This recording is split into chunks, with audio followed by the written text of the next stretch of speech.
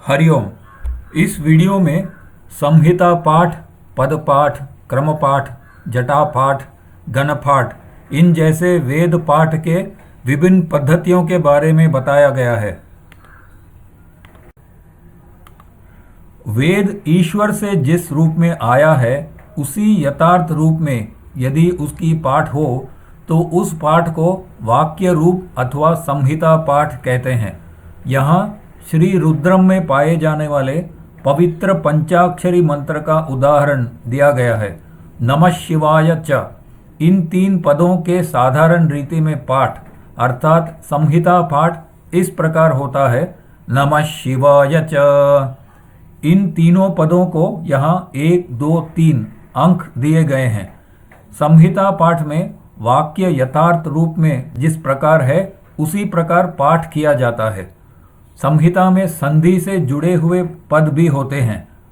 पद पाठ में वेद के वाक्यों को विभाजित करके प्रत्येक पद को अलग अलग बोला जाता है। यदि संधि हो तो उसे भी विभाजित करके हर एक पद को अलग बोला जाता है।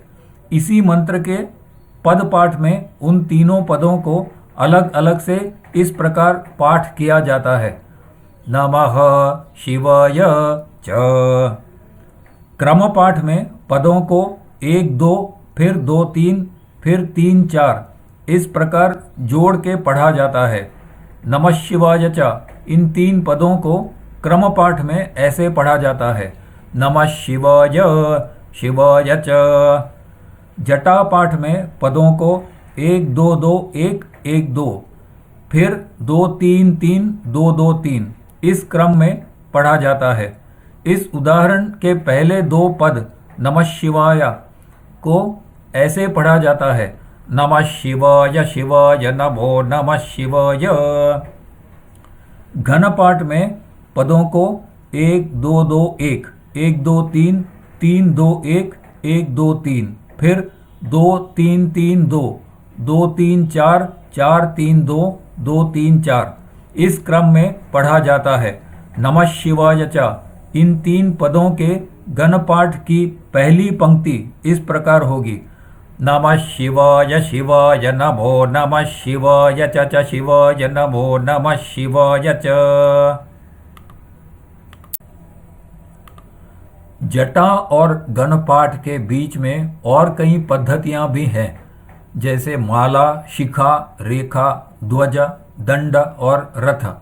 इन 8 रीतियों को विकृति कहते हैं।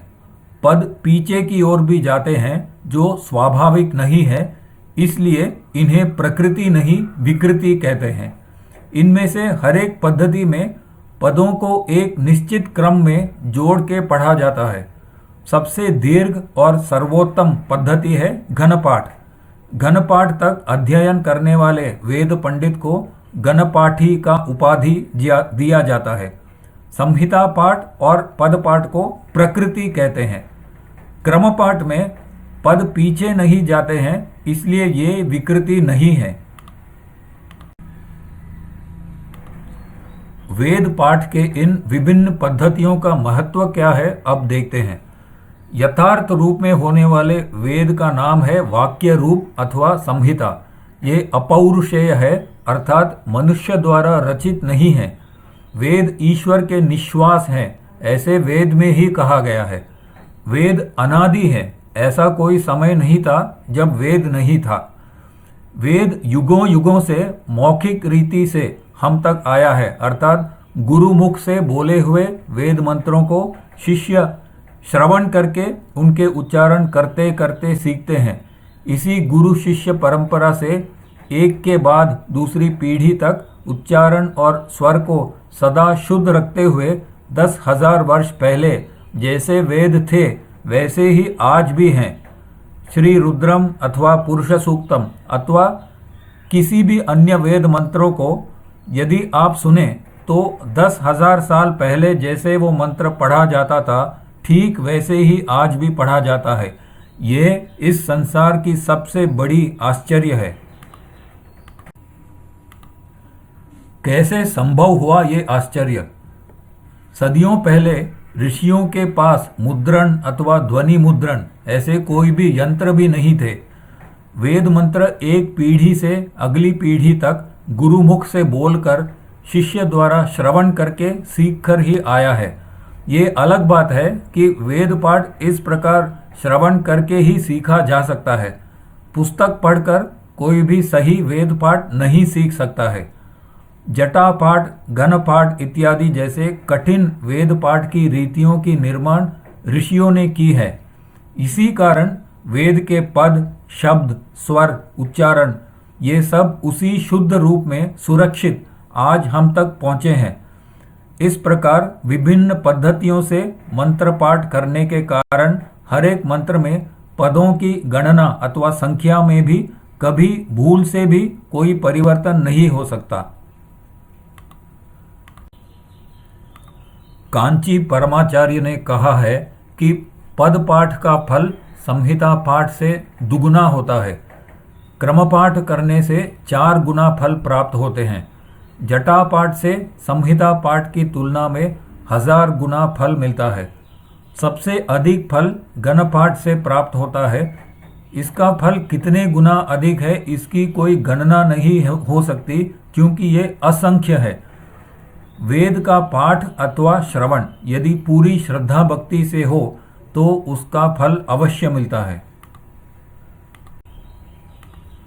भगवान की आराधना करने की एक बहुत ही विशेष प्रथा है क्रमार्चना।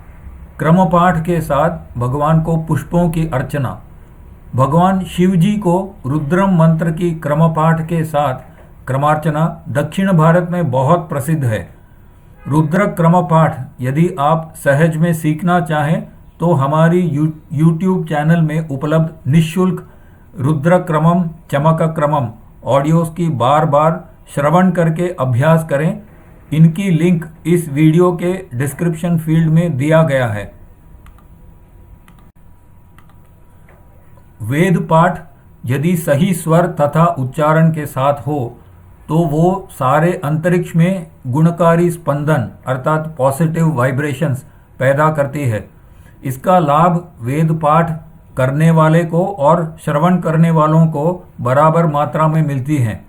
सही स्वर और उच्चारण के साथ वेद पाठ सीखने के लिए आप हमारी विशेष निःशुल्क लर्निंग मोड ऑडियोज को बार बार सुनकर उनके साथ अभ्यास करें।